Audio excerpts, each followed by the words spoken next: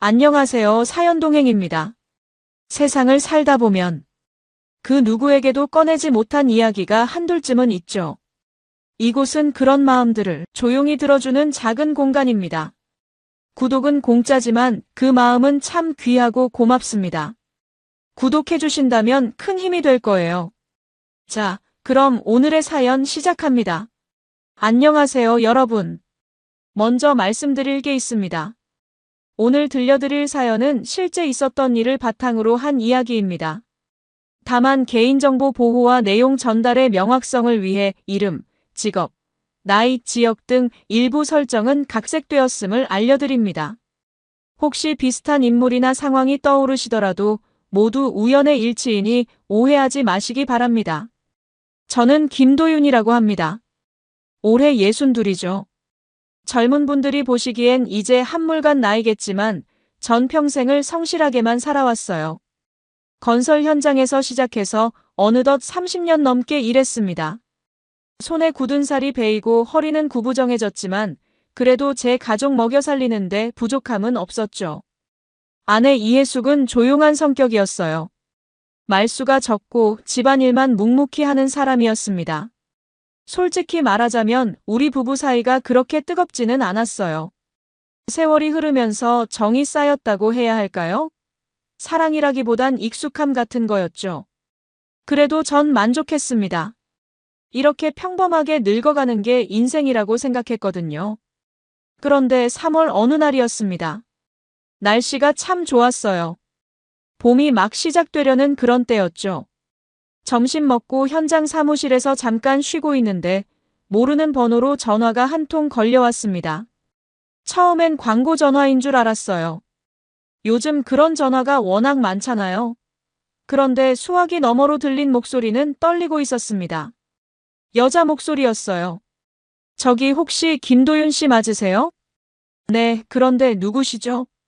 저는 말이죠. 이렇게 전화드리는 게 정말 죄송한데요. 도저히 참을 수가 없어서 연락드렸습니다. 그 여자는 숨을 크게 들이쉬더니 조심스럽게 물었어요. 김도윤 씨 아내분 이혜숙 씨 맞으시죠? 혹시 아내분이 제 남편이랑 만나는 거 아세요? 그 순간 머릿속이 하얘졌습니다. 무슨 말인지 이해가 안 됐어요. 아니, 이해하고 싶지 않았던 거겠죠. 전 어이가 없어서 웃음이 나왔습니다. 무슨 소리를 하시는 겁니까? 우리 집사람이 무슨 바람을 피워요? 죄송해요. 정말 죄송한데 저도 확실한 증거가 있어서 전화드리는 겁니다. 제 남편 핸드폰에서 문자 내역을 봤어요. 카페에서 만나는 사진도 있고요. 지금 이 순간에도 둘이 만나고 있을 겁니다. 손이 떨렸어요. 핸드폰을 쥔 손에 힘이 들어가지 않았습니다. 그 여자는 계속 말을 이었어요. 어디서 만났는지, 얼마나 자주 보는지, 심지어 무슨 차를 타고 다니는지까지 다 알고 있었죠. 전화를 끊고 나서도 한참을 멍하니 앉아 있었습니다. 동료가 물어봤어요. 형님, 괜찮으세요? 얼굴이 왜 그래요? 전 아무렇지 않은 척 웃으며 대답했죠. 아니야, 괜찮아. 하지만 괜찮을 리가 없었습니다. 그날 저녁 집에 돌아갔을 때 이혜숙은 평소처럼 저녁상을 차려놓고 있었어요. 아무 일도 없다는 듯이 말이죠. 밥 먹어. 딱 그 한마디였습니다. 전 밥맛이 없었지만 억지로 숟가락을 들었어요. 그리고 물었죠. 오늘 뭐 했어? 집에 있었지 뭐. 거짓말이었습니다. 그 순간 제 세상이 조용히 무너지기 시작했어요. 그날 밤 잠을 이룰 수가 없었습니다. 옆에 누워있는 이혜숙의 숨소리가 평소와 똑같았어요. 너무 평온해서 오히려 기분이 이상했죠. 저 사람은 정말 아무렇지도 않은 건가? 이렇게 태어날 수가 있는 건가? 머릿속이 복잡했습니다. 의심하고 싶지 않았어요. 30년을 함께 산 사람인데 설마 그럴 리가 없다고 스스로를 달랬죠. 하지만 그 여자의 목소리가 계속 귓가에 맴돌았습니다. 다음 날 아침 이혜숙이 외출한다고 했어요. 친구 만나고 올게. 전 아무 말도 하지 않았습니다. 그냥 고개만 끄덕였죠. 그런데 이혜숙이 나간 지 10분쯤 지났을까요? 핸드폰을 두고 간 겁니다. 식탁 위에 놓인 그 핸드폰을 보는 순간 심장이 미친 듯이 뛰었어요. 손을 뻗어야 할까 말아야 할까? 한참을 망설였습니다. 하지만 결국 전 그 핸드폰을 집어들었어요. 비밀번호는 제 생일이었습니다. 아이러니하죠? 바람을 피우면서도 남편 생일을 비밀번호로 쓰다니 말입니다. 화면이 열리자마자 메시지 앱을 눌렀어요. 그리고 그 순간 제 손이 얼어붙었습니다. 메시지 목록 맨 위에 박 실장이라는 이름이 있었거든요. 클릭했죠. 그리고 본 것들은 제가 상상했던 것보다 훨씬 더 끔찍했습니다. 오늘도 보고 싶어요.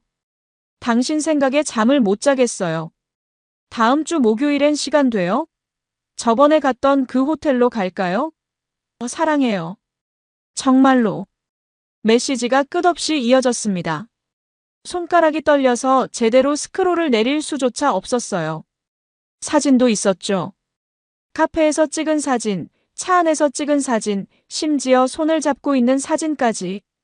이해숙의 얼굴엔 제가 평생 본 적 없는 미소가 번져 있었습니다. 행복해 보였어요. 너무나도 행복해 보였죠. 전 그 자리에 주저앉고 말았습니다. 1시간쯤 지났을까요? 현관문이 열리는 소리가 들렸어요. 이해숙이 돌아온 겁니다. 아마 핸드폰을 두고 간 걸 깨닫고 급히 돌아온 모양이었죠.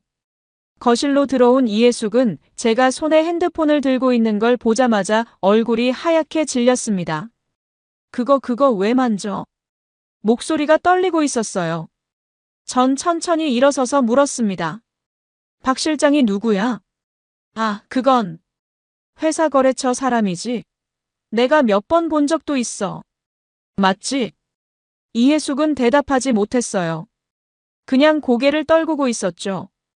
전 핸드폰을 바닥에 내던졌습니다. 쨍그랑 소리를 내며 핸드폰이 부서졌어요. 화면이 산산조각 났죠. 그제야 이해숙이 울기 시작했습니다. 미안해, 정말 미안해. 미안하다고? 미안해서 되는 일이야? 전소리를 질렀습니다. 평생 아내한테 소리를 지른 적이 없었는데 그날은 참을 수가 없었어요. 목소리가 갈라지고 눈물이 나왔습니다. 남자가 우는 모습을 보이고 싶지 않았는데 도저히 눈물을 멈출 수가 없었죠. 얼마나 만난 거야? 언제부터야? 작년 여름부터. 거의 1년이었습니다. 1년 동안 저는 아무것도 몰랐던 거예요.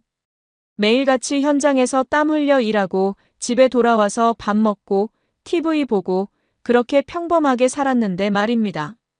그 시간 동안 이해숙은 다른 남자를 만나고 있었던 거죠. 왜 그랬어? 내가 뭘 잘못했는데? 이해숙이 고개를 들었어요. 눈물로 범벅이 된 얼굴로 말했습니다. 당신은 늘 나한테 무심했잖아. 결혼하고 나서 한 번이라도 사랑한다고 말한 적 있어?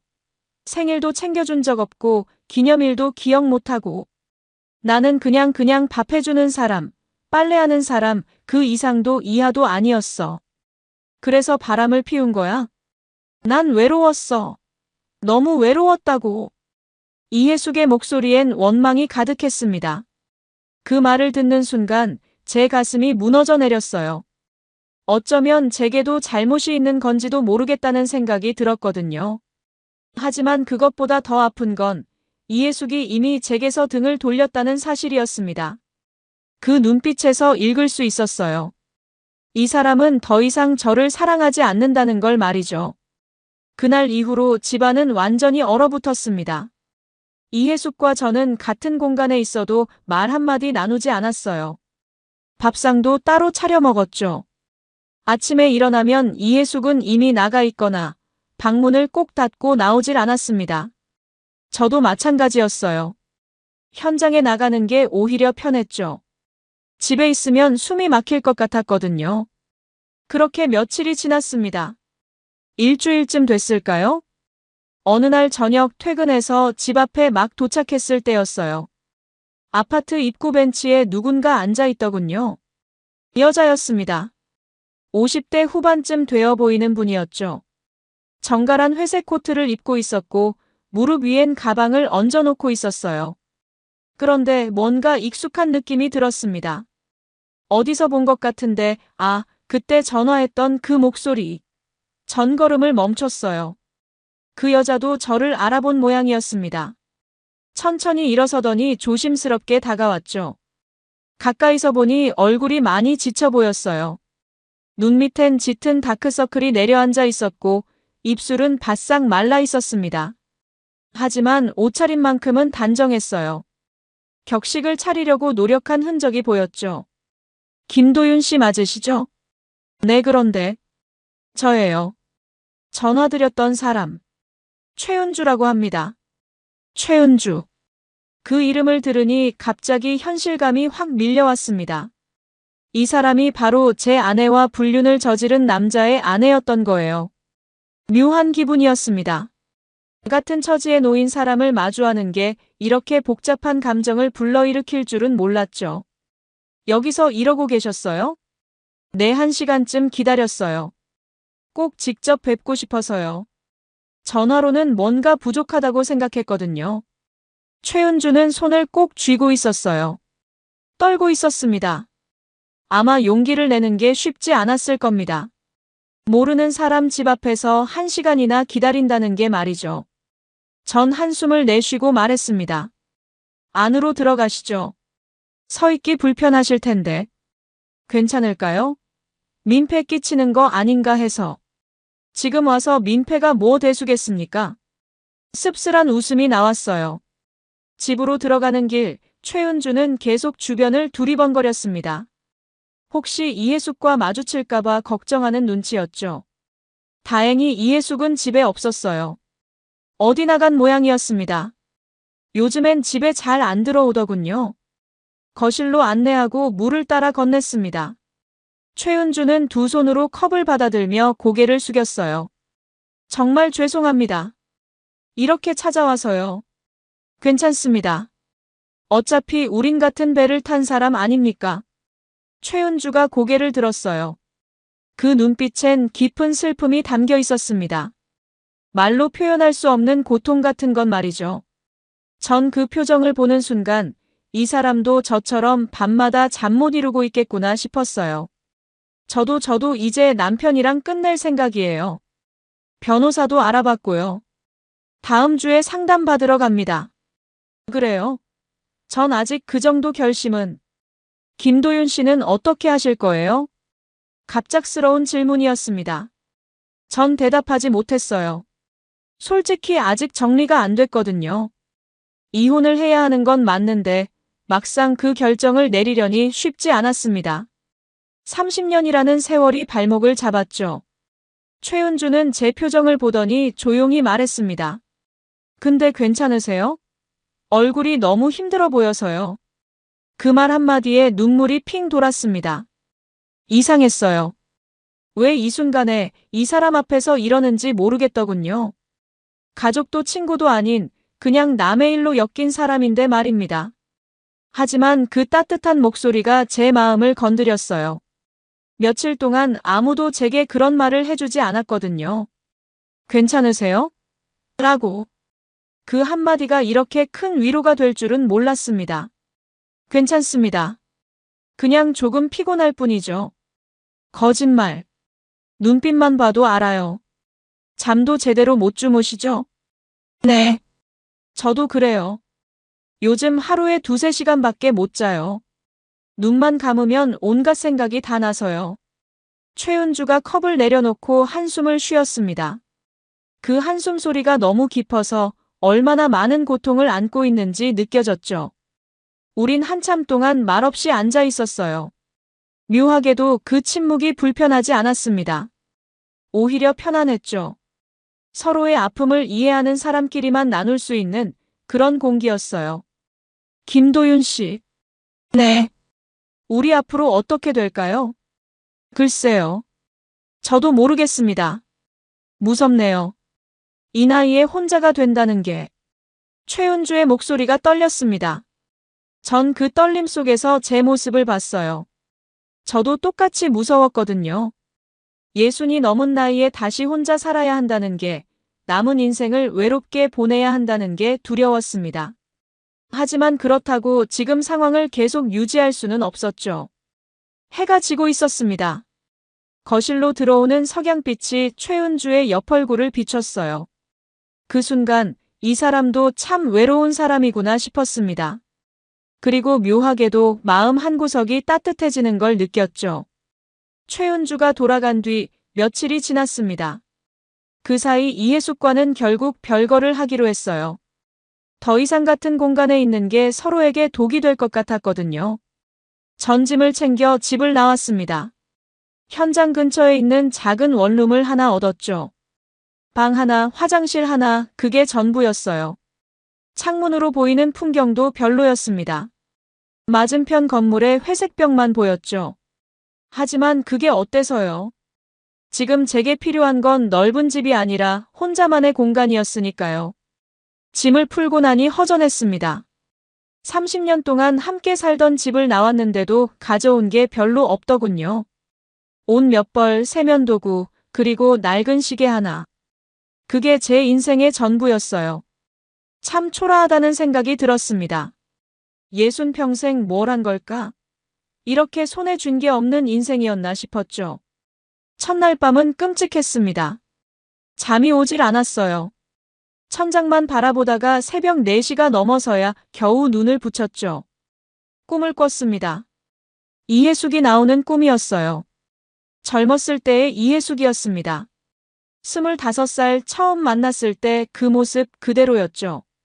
하얀 원피스를 입고 수줍게 웃던 모습. 그때는 참 예뻤어요. 꿈속에서 이해숙이 손을 내밀었습니다. 전 그 손을 잡으려고 했죠. 하지만 닿기 직전에 깼어요. 눈을 뜨니 낯선 천장이 보였고 옆자리는 텅 비어 있었습니다. 일주일쯤 지났을까요? 핸드폰이 울렸습니다. 모르는 번호였어요. 받아보니 최은주였습니다. 저예요, 최은주. 아, 네. 어떻게? 저번에 명함 두고 갔었잖아요. 괜찮으시면 한번 통화하고 싶어서요. 최은주의 목소리는 조심스러웠습니다. 부담 주기 싫다는 게 느껴졌죠. 전 괜찮다고 했어요. 오히려 누군가와 얘기하고 싶었거든요. 요즘 말상대가 없었습니다. 현장 동료들한테 이런 얘기를 할 수도 없었고요. 요즘 어떻게 지내세요? 그냥 그렇습니다. 은주 씨는요? 저도 비슷해요. 별거 시작했어요. 남편이랑. 그러셨어요? 네. 더 이상 못 참겠더라고요. 김도윤 씨는요? 저도 집 나왔습니다. 원룸에서 혼자 살고 있어요. 전화 너머로 한숨 소리가 들렸습니다. 최은주도 힘들어하고 있다는 게 느껴졌어요. 우린 한참 동안 얘기했습니다. 별거 아닌 얘기들이었죠. 오늘 뭘 먹었는지, 날씨가 어떤지, 그런 일상적인 것들. 하지만 그게 좋았어요. 누군가와 이렇게 자연스럽게 대화한 게 얼마만인지 모르겠더군요. 김도윤 씨. 네. 혹시 시간 되시면 식사라도 같이 하실래요?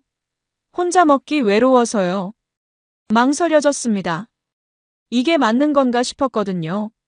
하지만 솔직히 전도 외로웠어요. 매일 편의점 도시락만 먹고 텅 빈 방에서 혼자 TV만 보는 게 너무 쓸쓸했습니다. 좋습니다. 언제 뵐까요? 내일 저녁은 어때요? 부담 안 되는 곳으로 갈게요. 다음 날 저녁 약속 장소에 나갔습니다. 동네 작은 식당이었어요. 화려하지 않은 평범한 백반집이었죠. 최은주는 이미 와서 기다리고 있었습니다. 저번에 봤을 때보다 얼굴이 좀 나아 보였어요. 화장을 조금 한 것 같았습니다. 오래 기다리셨어요? 아니에요. 저도 방금 왔어요. 앉으세요. 자리에 앉아 밥을 시켰습니다. 제육볶음과 된장찌개가 나왔죠. 김도 나오고 나물 반찬도 여러 가지 나왔어요. 집에서 먹던 그런 평범한 밥상이었습니다. 최은주가 먼저 숟가락을 들었어요. 많이 드세요. 요즘 제대로 못 드시는 것 같던데. 은주 씨도요. 너무 마른 거 아닙니까? 그러게요. 입맛이 없어서요. 밥을 먹으면서 이런저런 얘기를 나눴습니다. 최은주는 원래 옷가게를 하고 있었대요. 작은 가게였지만 나름 단골도 있고 그럭저럭 잘 되고 있었다고 했죠. 그런데 남편 일 때문에 요즘은 가게도 제대로 못 본다고 했습니다. 남편이 계속 연락해요. 다시 생각해보자고. 그러셨어요? 근데 전 이제 마음이 없어요. 실망을 너무 많이 했거든요. 최은주의 표정이 굳어졌습니다. 그 얼굴에서 깊은 상처가 보였어요. 전 조심스럽게 물었습니다. 얼마나 오래 만났대요? 그 사람이랑 제 아내가 1년 정도 된 것 같아요. 작년 여름쯤부터요. 1년이나. 저도 몰랐어요. 바보같이. 남편이 야근한다고 하면 그런 줄만 알았죠. 이렇게까지 날 속일 줄은 몰랐어요. 최은주의 목소리가 떨렸습니다. 전 아무 말도 할 수 없었어요. 저도 똑같았으니까요. 이해숙이 친구 만난다고 할 때마다 의심 한 번 안 했거든요. 믿었던 거죠. 아니, 믿고 싶었던 건지도 모르겠습니다. 식사를 마치고 밖으로 나왔어요. 밤바람이 차갑게 불었습니다. 4월인데도 아직 쌀쌀했죠. 최은주가 옷깃을 여미며 말했어요. 커피라도 한잔 하실래요? 아직 시간 괜찮으시면요. 그럽시다. 근처 카페로 들어갔습니다. 손님이 별로 없는 조용한 곳이었어요. 구석자리에 앉아서 아메리카노를 시켰죠. 커피를 마시면서 또 얘기가 길어졌습니다. 이번엔 좀 더 깊은 얘기들이었어요. 결혼 생활이 어땠는지, 언제부터 어긋나기 시작했는지, 그런 것들 말입니다. 저희 부부는요, 결혼한 지 3년 만에 식어버렸어요. 최은주가 커피잔을 돌리며 말했습니다. 남편이 사업 시작하면서부터였어요. 집에 거의 안 들어왔죠. 들어와도 피곤하다고 방에만 박혀있고. 전 그냥 밥 차려주는 사람이었어요. 저희도 비슷했습니다. 전 일만 했고 아내는 집에만 있었죠. 대화다운 대화를 나눈 적이 없었어요. 그게 문제였던 것 같아요. 우리 서로한테 너무 무관심했던 거. 그 말이 가슴에 꽂혔습니다. 맞는 말이었거든요. 전 이해숙에게 관심이 없었어요. 그냥 당연하게 옆에 있는 사람이라고만 생각했죠. 사랑한다는 말도 안 했고 고맙다는 말도 안 했습니다. 기념일도 잊어버리기 일쑤였고요. 돌이켜보면 제가 먼저 이해숙의 마음을 떠나보낸 건지도 모르겠습니다. 카페를 나올 때쯤 최은주가 말했어요. 다음에 또 만나도 될까요? 얘기하니까 마음이 좀 편해져서요. 저도 그렇습니다. 연락 주세요. 그날 밤 원룸으로 돌아왔을 때 기분이 조금 나았습니다. 여전히 외로웠지만 적어도 제 얘기를 들어줄 사람이 생겼다는 게 위로가 됐어요. 핸드폰을 보니 최은주에게서 문자가 와 있었습니다. 오늘 고마웠어요. 덕분에 오랜만에 편하게 밥 먹었네요. 전 답장을 보냈습니다. 저야말로 고맙습니다. 푹 쉬세요. 그렇게 우리는 조금씩 가까워지기 시작했습니다. 그날 이후로 최은주와 자주 연락을 주고받았습니다. 처음엔 문자였어요. 간단한 안부를 묻는 정도였죠. 오늘 저녁은 드셨어요? 날씨가 추운데 감기 조심하세요. 그런 평범한 말들이었습니다. 하지만 그 평범함이 좋았어요. 누군가 저를 걱정해준다는 게, 제 하루를 궁금해한다는 게 오랜만이었거든요. 일주일쯤 지났을 때였나요? 최은주에게서 전화가 왔습니다. 목소리가 평소보다 밝았어요. 도윤 씨, 혹시 이번 주말에 시간 되세요? 주말요? 글쎄요, 특별한 약속은 없는데요. 그럼 같이 산책이라도 할까요? 날씨가 좋다던데 집에만 계시면 답답하시잖아요. 사실 주말이 제일 힘들었습니다. 평일엔 현장에 나가니까 그나마 시간이 가는데 주말엔 할 게 없었거든요. 텅 빈 원룸에서 하루 종일 TV만 보다가 잠들었죠. 그러니까 최은주의 제안이 반가웠습니다. 좋습니다. 어디로 갈까요? 공원 어때요? 집 근처에 작은 공원 있거든요. 거기서 만나요. 토요일 오후 약속 장소로 나갔습니다. 날씨가 정말 좋았어요. 햇살이 따사롭게 내리쪼이고 바람도 부드럽게 불었습니다. 4월 말이라 그런지 벚꽃이 아직 조금 남아 있었죠. 최은주는 연한 베이지색 가디건을 입고 와 있었어요. 머리도 단정하게 묶었고요. 화장도 예전보다 신경 쓴 것 같았습니다. 오래 기다리셨어요? 아니요, 저도 방금 왔어요. 날씨 정말 좋죠? 그러게요. 산책하기 딱 좋네요. 공원길을 따라 걷기 시작했습니다. 주말이라 사람들이 꽤 있었어요. 아이들을 데리고 나온 가족들, 연인들, 나이든 부부들. 모두 행복해 보였습니다. 전 그 모습들을 보면서 묘한 감정이 들었어요. 부러우면서도 쓸쓸하더군요. 저도 저렇게 평범하게 살 수 있었는데 하는 생각이 들었거든요. 도윤 씨, 저기 벤치에 앉을까요? 최은주가 나무 아래 벤치를 가리키며 말했습니다. 자리에 앉으니 바람에 흔들리는 나뭇잎 소리가 들렸어요. 평화로웠습니다. 한참 동안 아무 말 없이 앉아 있었죠. 그런데 그 침묵이 불편하지 않았어요. 오히려 편안했습니다. 요즘 어떻게 지내세요? 최은주가 먼저 입을 열었습니다. 그냥 그렇습니다. 일하고 집 가고 그게 다예요. 은주 씨는요? 저도 비슷해요. 가게 보고 집 가고. 근데 요즘은 집에 가기가 싫더라고요. 너무 조용해서요. 혼자 사는 게 이렇게 외로운 줄 몰랐습니다. 맞아요. 전 평생 혼자인 줄 알고 살았는데 막상 혼자가 되니까 견딜 수가 없어요. 최은주의 목소리가 떨렸습니다. 눈가가 촉촉해지더니 눈물이 한 방울 흘러내렸어요. 전 당황해서 주머니를 뒤졌습니다. 휴지를 꺼내 건넸죠. 괜찮으세요? 미안해요. 갑자기 눈물이 나네요. 요즘 자꾸 이래요. 아무것도 아닌 일에 울컥하고. 괜찮습니다. 우는 게 나을 때도 있죠. 최은주는 눈물을 닦으며 웃었어요. 슬픈 웃음이었습니다. 전 그 모습을 보면서 가슴이 아팠어요. 이 사람도 참 많이 힘들었겠구나 싶었죠. 며칠 뒤 또 연락이 왔습니다. 이번엔 최은주가 직접 만든 반찬을 가져다 준다고 했어요. 처음엔 사양했습니다. 너무 부담스러웠거든요. 하지만 최은주가 고집을 부렸죠. 도윤 씨, 남자 혼자 사는 냉장고엔 물밖에 없잖아요. 제가 만든 거니까 부담 갖지 마세요. 어차피 혼자 먹기 많거든요. 저녁 무렵 최은주가 원룸에 찾아왔습니다. 손에는 큰 봉투를 들고 있었어요. 안에는 밑반찬통이 여러 개 들어 있었습니다. 멸치볶음, 시금치나물, 콩자반, 무생채까지. 정성이 가득했죠. 이렇게까지 안 해주셔도 되는데. 괜찮아요. 만드는 김에 조금 더 만든 거예요. 냉장고에 넣어두고 드세요.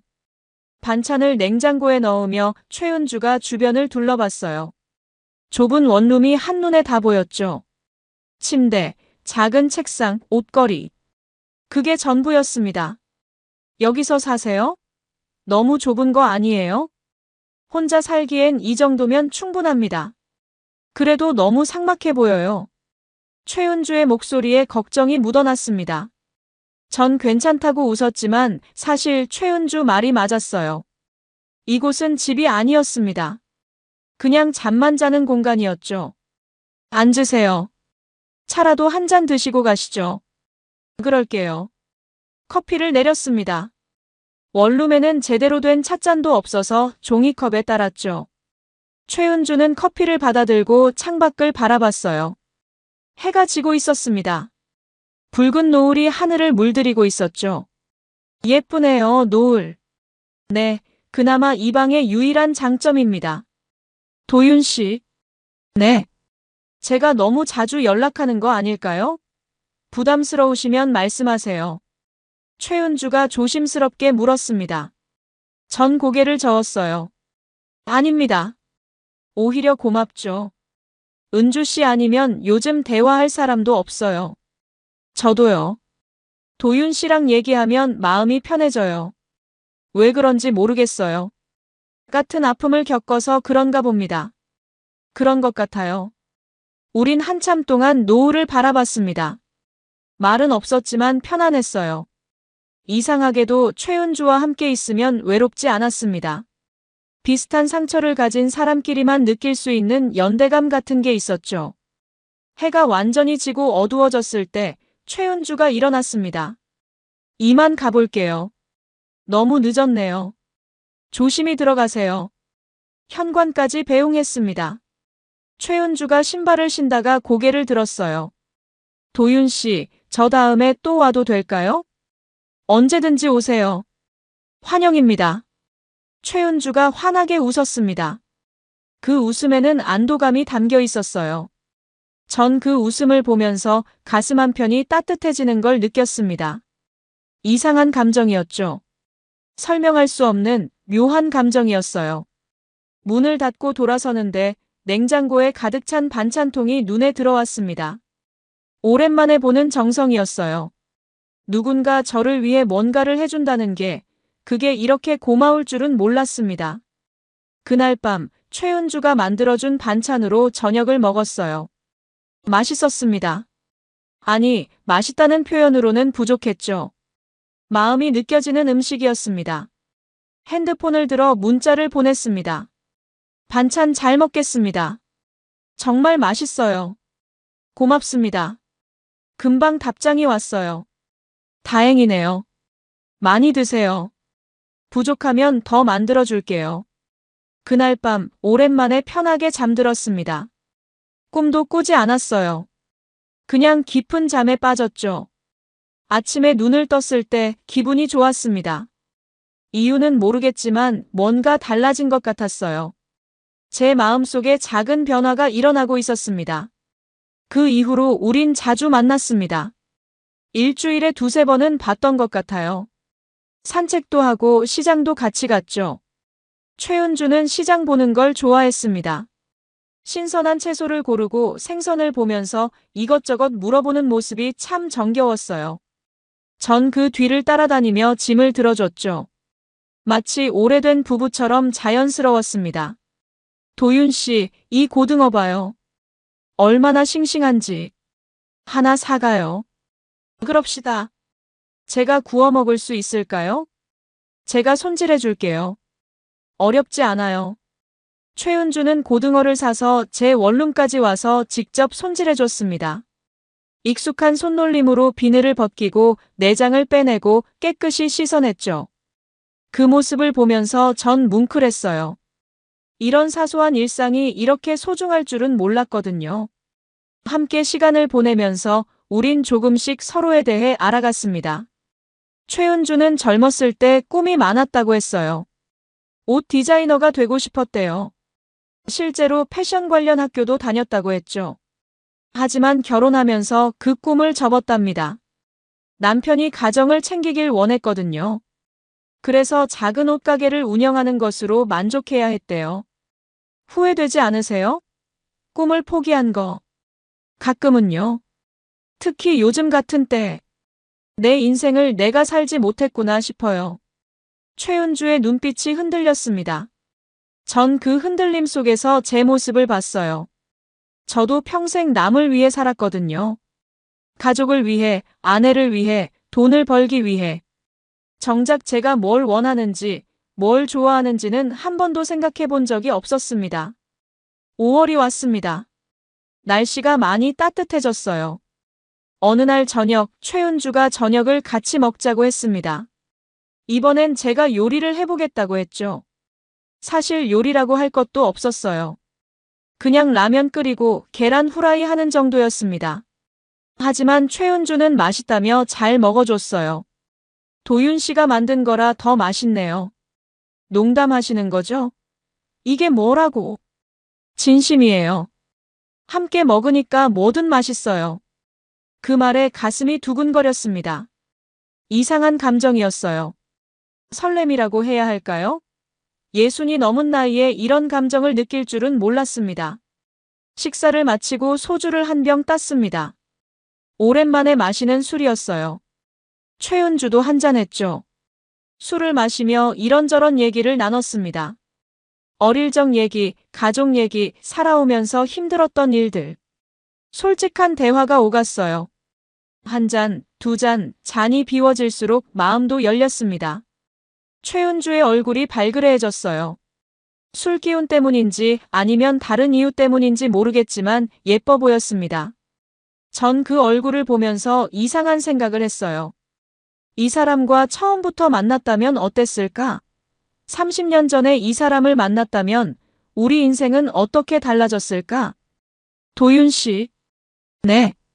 우리 이런 관계, 사람들이 뭐라 할까요? 최은주가 조심스럽게 물었습니다.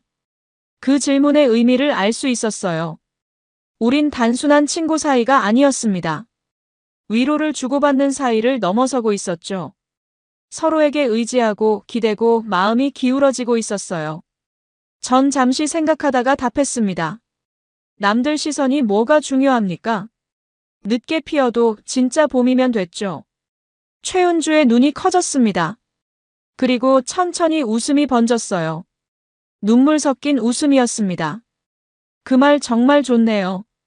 늦게 핀 봄. 우린 이제 시작하는 겁니다. 너무 늦은 건 아니에요. 그럴까요? 정말 그럴까요? 그럼요. 그때였습니다. 창밖에서 빗소리가 들리기 시작했어요. 봄비였습니다. 부드럽고 조용한 빗소리가 원룸을 감쌌죠. 우린 말없이 마주 앉아 있었습니다. 빗소리만 방 안을 채웠어요. 그 고요함 속에서 뭔가가 흐르기 시작했습니다. 말로 표현할 수 없는 감정들이 공기 중에 떠다녔죠. 최은주가 손을 뻗었습니다. 그 손이 테이블 위에 놓인 제 손 위에 포개졌어요. 따뜻했습니다. 손끝에서 전해지는 온기가 팔을 타고 가슴까지 퍼졌죠. 심장이 미친 듯이 뛰었습니다. 도윤 씨. 최은주의 목소리가 떨렸어요. 눈에는 눈물이 그득했습니다. 전 그 손을 꼭 잡았습니다. 말은 필요 없었어요. 그냥 서로의 온기만으로 충분했죠. 그날 밤 그동안 참아왔던 모든 감정들이 쏟아져 나왔습니다. 외로움이, 슬픔이, 그리움이 다 섞여서 하나가 됐어요. 최은주는 조용히 제 품에 안겼습니다. 떨리는 몸을 제가 감싸 안았죠. 그 순간 마음이 먼저 울었습니다. 욕망이 아니었어요. 외로움이 녹아내리는 소리였죠. 얼마나 오랫동안 혼자였는지, 얼마나 누군가의 온기가 필요했는지 그제야 깨달았습니다. 도윤 씨 이렇게 좋은 걸 평생 모르고 살 뻔했네요. 최은주가 속삭였습니다. 그 목소리에는 안도감과 행복이 섞여 있었어요. 전 대답 대신 최은주를 더 꼭 안아줬습니다. 밖에서는 여전히 비가 내리고 있었어요. 봄비가 세상을 적시고 있었죠. 우리의 마음도 그렇게 촉촉이 젖어들었습니다. 그날 이후 세상이 달라졌습니다. 아침에 눈을 뜨면 가장 먼저 최은주가 생각났어요.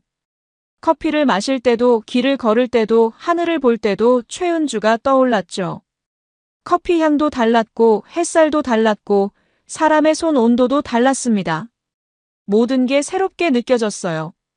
다시 살아있다는 게 믿기 시작했습니다. 60이 넘은 나이에 이런 감정을 느낄 수 있다는 게 신기했죠. 사랑이라고 부르기엔 조심스러웠지만 분명 특별한 감정이었어요. 최은주도 똑같았습니다. 매일 연락이 왔고 틈만 나면 만났죠. 우린 서로에게 빠져들고 있었습니다. 최은주와 함께한 시간들이 쌓여갔습니다. 2달, 3달, 어느덧 여름이 왔어요. 우린 서로의 상처를 조금씩 덮어줬습니다. 아픔을 나누고 외로움을 나누고 때로는 웃음도 나눴죠. 행복했습니다. 오랜만에 느껴보는 감정이었어요. 이런 게 사는 거구나 싶었죠. 그저 숨만 쉬는 게 아니라 진짜로 살아있다는 느낌 말입니다. 그런데 어느 날이었어요. 7월 초 후덥지근한 여름날이었습니다. 현장에서 일하고 있는데 전화가 왔어요. 모르는 번호였지만 받았죠. 그런데 목소리를 듣는 순간 온몸이 굳었습니다. 이혜숙이었거든요. 나야 도윤아. 몇 달 만에 듣는 목소리였습니다. 쉰 목소리였어요. 피곤에 찌든 생기라곤 찾아볼 수 없는 목소리였죠. 무슨 일이야? 냉정하게 대답했습니다.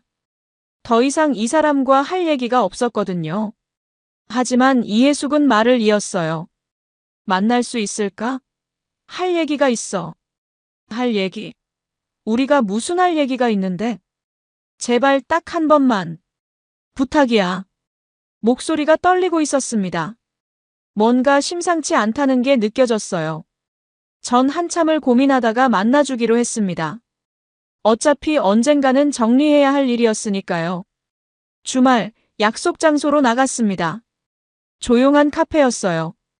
이해숙은 이미 와 있었죠. 창가 자리에 앉아서 멍하니 밖을 보고 있더군요.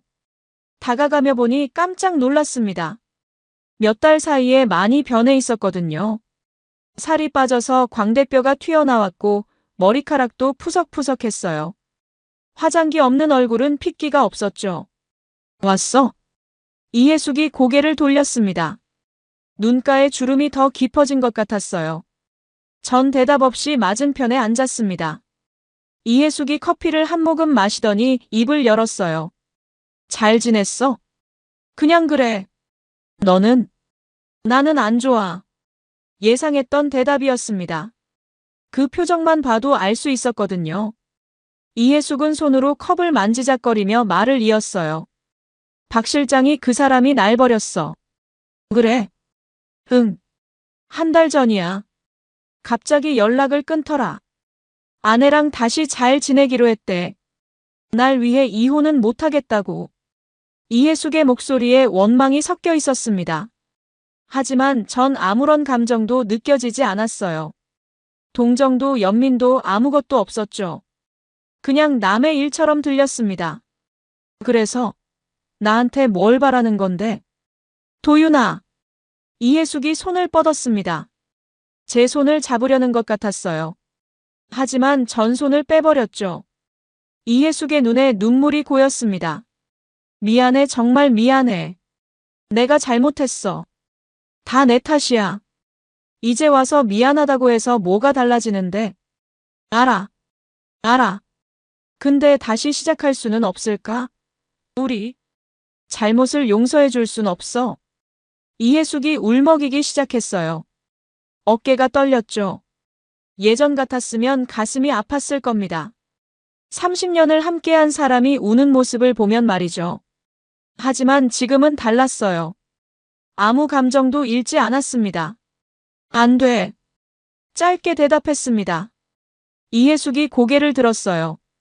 믿을 수 없다는 표정이었죠. 왜? 우린 부부잖아. 30년을 함께 산 사이라고. 그게 다 무슨 소용이야? 넌 이미 그 30년을 배신했잖아. 한 번의 실수야. 정신이 나갔던 거라고. 제발 한 번만 용서해줘. 한 번? 1년 동안 매일 거짓말한 게 한 번이야? 목소리가 높아졌습니다. 주변에서 사람들이 쳐다봤지만 신경 쓰지 않았어요. 이해숙은 고개를 떨구고 울었습니다. 흐느끼는 소리가 카페 안에 울려 퍼졌죠. 내가 어떻게 하면 돼? 뭘 하면 용서해 줄 거야? 아무것도 할 수 없어. 이미 늦었어. 늦었다니 무슨 소리야? 이해숙이 눈물 범벅인 얼굴로 물었습니다. 전 잠시 망설였어요. 말해야 하나 말아야 하나. 하지만 이왕 이렇게 된 거 솔직하게 말하는 게 낫다고 생각했죠. 내 마음에 다른 사람이 생겼어. 뭐? 다른 사람이 들어왔다고. 이젠 돌이킬 수 없어. 이해숙의 얼굴이 하얗게 질렸습니다. 입을 떡 벌린 채 저를 바라봤어요. 믿을 수 없다는 표정이었죠. 누구야? 누가 그렇게 빨리 들어온 거야? 누군지는 중요하지 않아. 중요한 건 난 이제 내가 필요 없다는 거야. 도윤아, 제발. 넌 나한테 당신은 늘 무심했다고 했지? 맞아. 내가 잘못했어. 사랑한다는 말도 안 했고 기념일도 잊어버렸지. 근데 있잖아. 그게 바람을 피울 이유가 되는 건 아니야. 이해숙이 아무 말도 하지 못했습니다. 그저 울기만 했죠. 전자리에서 일어났어요. 이제 우린 각자의 길을 가는 거야. 변호사 통해서 이혼 서류 받을 거야. 서명하고 보내줘. 도윤아! 이해숙이 제 팔을 잡았습니다. 하지만 전 뿌리쳤어요. 돌아보지 않고 카페를 나왔죠. 뒤에서 이해숙이 우는 소리가 들렸지만 멈추지 않았습니다. 발걸음을 옮기는데 가슴이 답답했어요.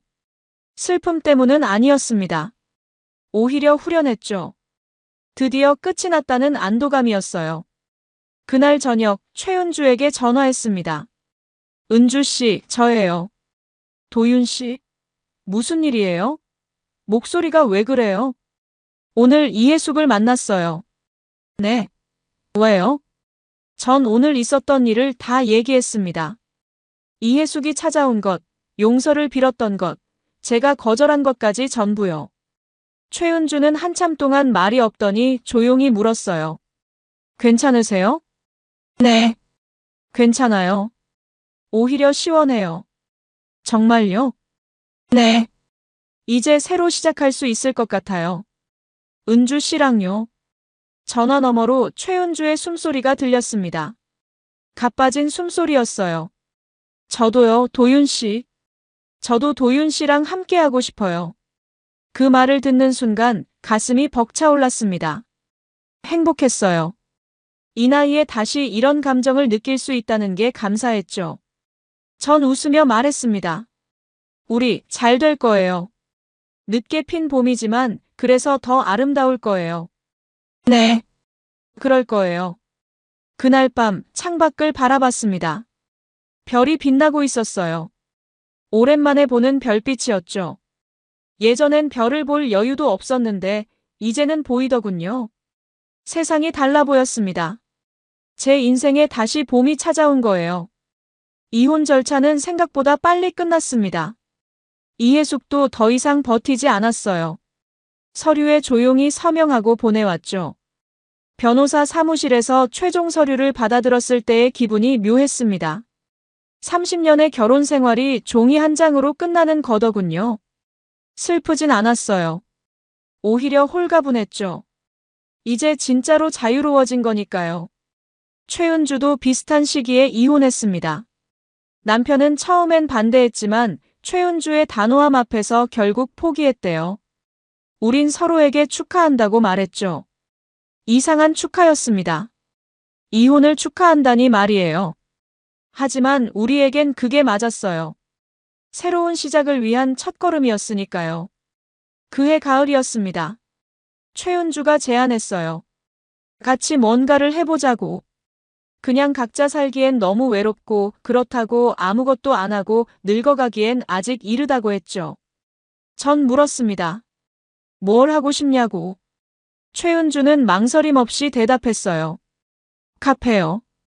작은 카페 하나 해보고 싶어요. 카페요? 네. 예전부터 꿈꿨던 거예요. 조용한 카페에서 손님들 맞이하고 커피 내리고 그렇게 평화롭게 사는 거요. 최은주의 눈이 반짝였습니다. 그 눈빛을 보니 마음이 움직였어요. 좋다고 했죠. 함께 해보자고 했습니다. 우린 그날부터 준비를 시작했어요. 적당한 위치를 알아보고 인테리어도 구상하고 메뉴도 짰습니다. 바쁜 나날이었지만 행복했어요. 함께 뭔가를 만들어간다는 게 이렇게 즐거울 줄 몰랐거든요. 석 달 뒤 작은 카페가 문을 열었습니다. 2층짜리 건물의 1층이었어요. 크진 않았지만 아늑했죠.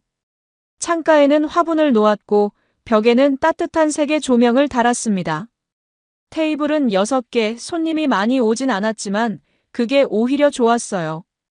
조용히 여유롭게 운영할 수 있었거든요. 아침마다 커피를 내렸습니다. 원두 가는 소리, 에스프레소 머신에서 나오는 긴 커피 향이 퍼지는 그 순간이 참 좋았어요. 최은주는 베이커리를 담당했죠. 직접 빵을 굽고 케이크도 만들었습니다. 손재주가 좋더군요. 손님들이 최은주가 만든 빵을 좋아했어요. 단골 손님도 생겼습니다. 아침마다 신문 보러 오시는 할아버지, 노트북 들고 공부하러 오는 대학생, 친구들끼리 수다 떨러 오는 아주머니들. 다들 편하게 오래 앉아 있었어요. 우린 그런 분위기를 좋아했습니다. 바쁘게 돌아가는 카페보다 느리게 흐르는 카페가 우리에게 맞았거든요.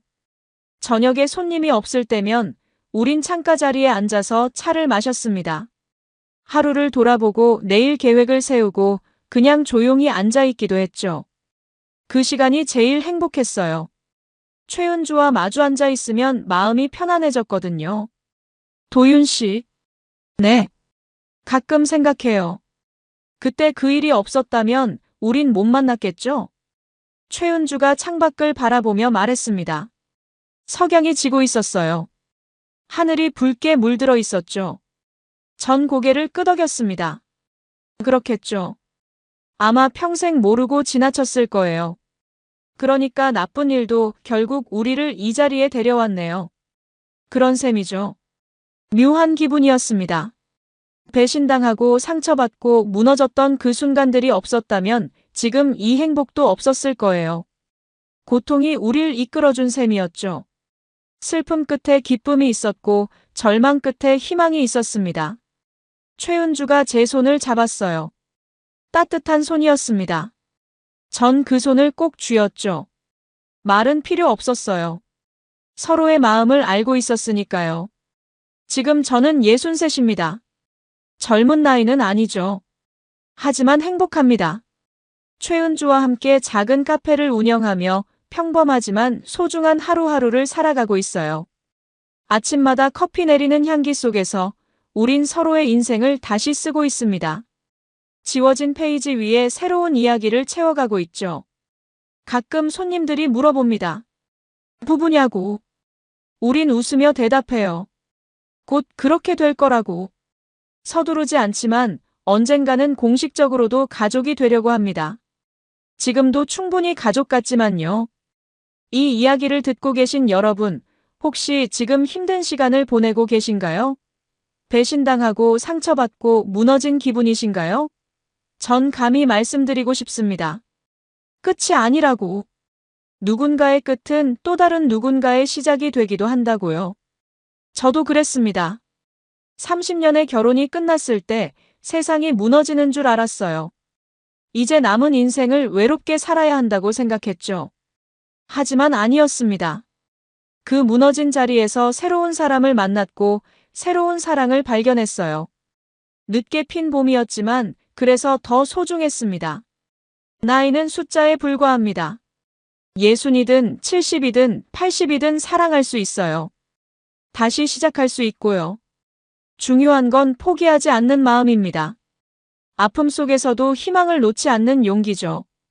지금 이 순간에도 최은주는 주방에서 빵을 굽고 있습니다. 고소한 냄새가 카페 안을 채우고 있어요. 전 카운터에서 커피를 준비하고 있고요. 평범한 일상입니다. 특별할 것 없는 하루죠. 하지만 이 평범함이 너무 소중해요. 이렇게 함께할 수 있다는 것, 서로를 의지할 수 있다는 것, 그게 얼마나 큰 행복인지 이제 압니다. 여러분도 행복하셨으면 좋겠습니다. 지금은 힘들어도 언젠가는 봄이 올 거예요. 늦게 피어도 괜찮습니다. 진짜 봄이면 되니까요. 우리처럼요. 카페 문을 열면 손님들이 들어옵니다. 어서 오세요 하고 인사하는 순간 전 웃게 돼요. 자연스럽게 나오는 웃음이에요. 행복해서 웃는 겁니다. 60이 넘어서야 찾은 이 행복을 전 놓치고 싶지 않습니다. 최은주가 뒤에서 제 어깨에 손을 올렸어요. 도윤 씨, 빵 다 구웠어요. 같이 먹을까요? 그럽시다. 우린 창가 자리에 앉아 갓 구운 빵을 먹었습니다. 따뜻했어요. 빵도 커피도 이 순간도. 모든 게 따뜻했습니다. 이게 바로 제 인생의 황혼이에요. 어둡지 않은 따뜻한 빛으로 물든 황혼. 최은주와 함께하는 이 시간들이 제 인생 최고의 순간들입니다. 여러분, 우리의 사랑은 늦게 피었지만 그래서 더 소중합니다. 기억해 주세요. 끝은 새로운 시작이 될 수 있다는 것을. 아직 늦지 않았다는 것을. 봄은 언제든 다시 올 수 있다는 것을 말이죠. 여러분, 오늘 사연 어떻게 들으셨나요? 지금 이 순간 무슨 생각이 드셨는지도 궁금합니다. 여러분의 소중한 생각을 댓글로 남겨주세요. 지금까지 사연동행이었습니다. 함께 해주신 모든 분들께 진심으로 마음 깊이 감사드립니다. 방송 끝나기 전에 혹시 아직 구독과 좋아요 안 누르셨다면 그 한 번의 클릭이 이 채널을 계속 이어가게 하는 큰 힘이 된답니다. 다음 사연에서 다시 인사드릴게요. 여러분 평안하세요.